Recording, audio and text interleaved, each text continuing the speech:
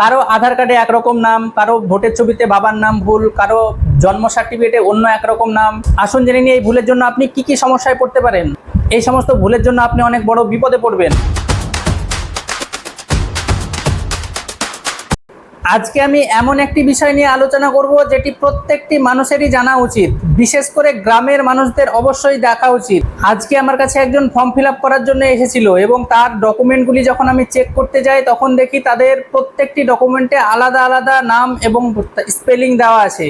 তার আধার কার্ডে একরকম নাম আছে, তার ভোটের ছবিতে আর একরকম নাম আছে, তার জন্ম সার্টিফিকেটে আর একরকম নাম আছে, কোনোটায় স্পেলিং ভুল, কোনোটাতে তো নাম পর্যন্ত ভুল। এই সমস্ত ভুলগুলি গ্রামের মানুষের মধ্যে দেখা যায়। এই সমস্ত ভুলের কারণে আপনি অনেক বড় বিপদে পড়তে পারেন। সুতরাং ভিডিওটি শুরু থেকে শেষ পর্যন্ত দেখুন।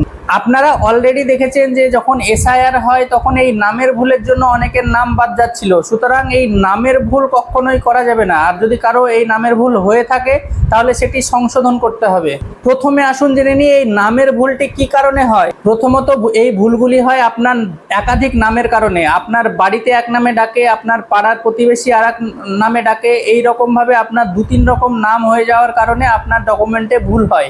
এছাড়াও আপনি যে কোনো ফর্ম ফিল আপ করতে গেলে আপনি ধরুন নিজে ফর্ম ফিল আপ করতে পারবেন না, অন্য কাউকে দিয়ে হয়তো ফর্ম ফিল আপ করান, সেক্ষেত্রে আপনি মুখে আপনার নামটি বলেন, সেক্ষেত্রে এই ভুলটি হয়ে যায়। এক্ষেত্রে আপনি যদি একটি ডকুমেন্ট দেখে দেখে ফর্মটি ফিল আপ করেন তাহলে কিন্তু আপনার সেই ভুলটি হয় না।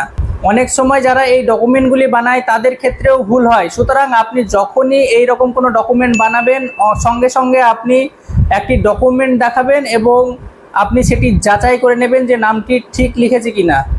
এবার আসুন জেনে নিই এই যে বিভিন্ন ডকুমেন্টে বিভিন্ন রকম নামের ভুল হওয়ার কারণে আপনার কি কি সমস্যা হতে পারে। প্রথমত আপনারা এসআইআরে দেখেছেন এই একাধিক ডকুমেন্টে একাধিক নাম হওয়ার কারণে আপনার এসআইআরের ভোটার লিস্ট থেকে নাম পর্যন্ত কাটা গেছিল। পরবর্তীকালে অনেকেই ডকুমেন্ট দেখিয়ে সেই নামটি তুলে নিয়েছেন। এছাড়াও আপনি যদি পাসপোর্ট করতে যান তাহলে সেক্ষেত্রে যদি একাধিক ডকুমেন্টে একাধিক নাম থাকে তাহলে সেক্ষেত্রে আপনি পাসপোর্টের যে পুলিশ ভেরিফিকেশান হয় অথবা পাসপোর্ট অ্যাপ্লাই করার সময় আপনার সমস্যা হতে পারে।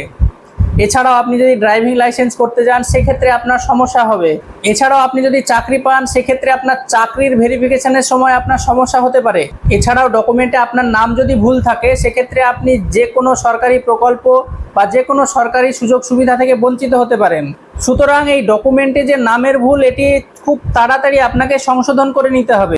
এই নামের ভুল আপনি কিভাবে সংশোধন করবেন? এখানে আপনার যে ডকুমেন্টটি ঠিক আছে সেই ডকুমেন্টটিকে ঠিক রেখে বাকি ডকুমেন্টগুলো সংশোধন করার চেষ্টা করুন। এই ডকুমেন্ট সংশোধন করার সময় একটি জিনিস মাথায় রাখবেন, এই ডকুমেন্ট সংশোধনের সুযোগ নিয়ে আপনার কাছে অনেকে টাকা দাবি করতে পারে এবং বলতে পারে যে এই এত টাকা দিলে হয়তো আপনার ডকুমেন্টটি খুব তাড়াতাড়ি ঠিক হয়ে যাবে। এই রকম কোনো ফাঁদে পড়বেন না। আপনি নিজে সঠিক পদ্ধতিতে আপনি আপনার ডকুমেন্টটি চেঞ্জ করুন। পরবর্তীকালে ডকুমেন্টে আবার যাতে ভুল না হয় সেই জন্য আপনি গ্রামের মধ্যে সচেতনতা গড়ে তুলুন। গ্রামের প্রত্যেকটি মানুষকে বোঝান যে তারা যেন ডকুমেন্ট দেখিয়ে যে কোনো কাজ করে।